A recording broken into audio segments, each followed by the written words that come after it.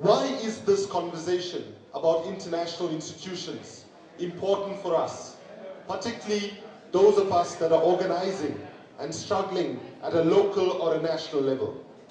The answer could be put very simply. In the 1980s, there was a slogan that said, "Think globally, act locally." What was behind that slogan was, irrespective of the area of struggle that you were involved in, whether it was for gender equality, whether it was for environmental justice and so on, you needed to better understand how global institutions, global discourse, global power had an impact on what you could or could not achieve at the local or national level. A new international institution system to fulfill the African development goals. I see the intention behind that topic, but let's be very clear. Africa is not asking for anything special from what we believe our brothers and sisters need in Latin America, need in Asia, and even need in the North. Because what we are wanting is a global system that works for everybody. The whole global governance system is completely incoherent.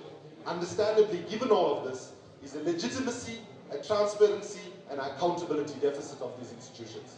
So yeah, I want to make a point about the United Nations. Unless we begin to recognize that the UN also requires fundamental restructuring, maybe reform in itself is not good enough. And let me give you a simple example.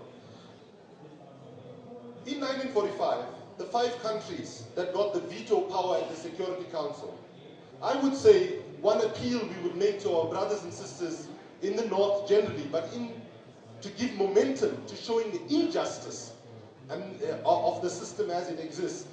We would like to see our brothers and sisters in the UK, for example, and France, starting a campaign within those countries to say, give up the veto campaign.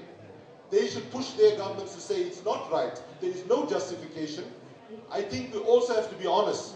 All the solutions that are on the table today are incremental, they are small, and they are not going to actually deliver a global governance system that works for everybody.